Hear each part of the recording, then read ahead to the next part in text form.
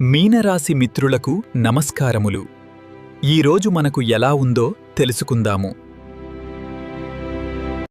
ఈరోజు మీనరాశివారి జీవన గమనాన్ని గమనిస్తే మీ రాశికి 9వ ఇంట్లో ఉన్న చంద్రుడు మీకొక రక్షణ కవచంలా నిలిచి అదృష్టాన్ని ప్రసాదిస్తున్నాడు. దీనివల్ల గతంలో ఆగిపోయిన పనులు దైవబలం వల్ల లేదా పెద్దల సహకారం వల్ల అనూహ్యంగా ముందుకు సాగుతాయి.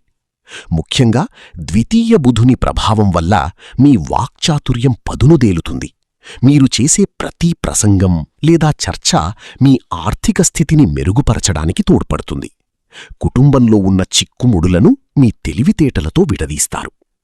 ముఖ్యంగా ఉత్తరాభాద్రా నక్షత్రం వారు నేడు అదృష్టవంతులుగా నిలుస్తారు. ఆకస్మిక ధనలాభం లేదా శుభవార్తలు వినే అవకాశముంది.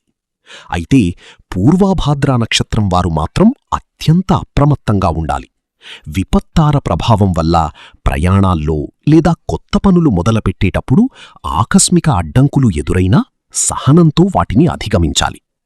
ఇక రేవతీ నక్షత్రం వారు పని ఒత్తిడి వల్ల కలిగే అలసటను అధిగమించడానికి తగిన విశ్రాంతి తీసుకోవడం ముఖ్యం. నేటి తదియ తిథి మీకిచ్చే సందేశమేమిటంటే, అహంకారాన్ని వీడి మీకున్న జ్ఞానాన్ని మరియు అదృష్టాన్ని సమన్వయం చేసుకుంటే ఈరోజు మీ జీవితంలో ఒక ప్రశాంతమైన మరియు లాభదాయకమైన రోజుగా మిగిలిపోతుంది.